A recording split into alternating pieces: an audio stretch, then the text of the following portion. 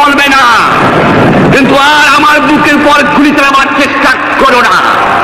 7 কোটি মানুষকে চাপা রাখতে পারবো না। আমরা যখন মরতে শিখেছি তখন কেউ আমাদের দমাতে পারবে না। যা বলি তা মানতে হবে।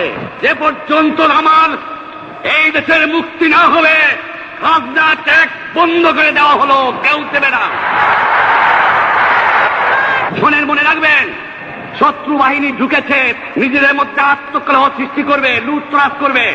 এই বাংলায় হিন্দু মুসলমান, বাঙালি নন বাঙালি যারা আছে তারা আমাদের ভাই। তাদের রক্ষার দায়িত্ব আপনাদের উপরে, আমাদের জন্য বদনাম না হয়।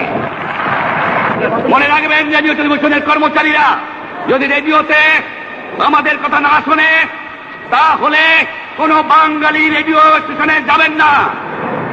যদি টেলিভিশন আমাদের নিউজ না দেয়, কোন বাঙালি টেলিভিশনে যাবেন না। 2 ঘন্টা ব্যাংক খোলা থাকবে, যাতে মানুষ তাদের মায়নাপত্র নেবার পারে। কিন্তু পূর্ব বাংলার থেকে পশ্চিম পাকিস্তানে 1 পয়সাও চালান হতে পারবে না। টেলিফোন টেলিগ্রাম আমাদের এই পূর্ব বাংলায় চলবে এবং বিদেশের সঙ্গে নিউজ পাঠালে আপনারা চালাবেন। কিন্তু যদি এই দেশের মানুষকে খতম করার চেষ্টা করা হয়, বাঙালিরা বুঝে শুনে কাজ করবেন। প্রত্যেক গ্রামে, প্রত্যেক মহল্লায় আওয়ামী লীগের নেতৃত্বে সংগ্রাম পরিষদ গড়ে তোলো এবং তোমাদের যা কিছু আছে তাই নিয়ে প্রস্তুত থাকো।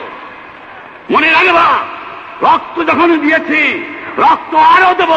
এই দেশের মানুষকে মুক্ত করে ছাড়বো ইনশাআল্লাহ। এবারে সংগ্রাম আমাদের মুক্তির সংগ্রাম, এবারে সংগ্রাম স্বাধীনতার সংগ্রাম। জয় বাংলা।